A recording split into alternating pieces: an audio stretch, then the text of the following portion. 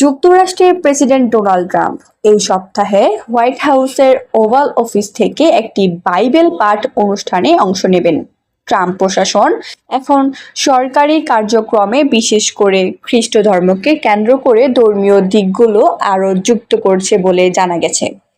আয়োজকদের প্রেস বিজ্ঞপ্তি অনুযায়ী আগামী 21 এপ্রিল স্থানীয় সময় সন্ধ্যা 6টা সময়ে ভিডিও বার্তার মাধ্যমে ট্রাম্প বাইবেলের একটি অংশ পাঠ করবেন।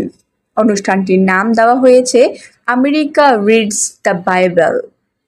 আয়োজকদের মতে ট্রাম্প যে অংশটি পাঠ করবেন তা বাইবেলের 2 ক্রনিকলস থেকে নেওয়া, যেখানে 14 নম্বর আয়াতটি বহুল আলোচিত।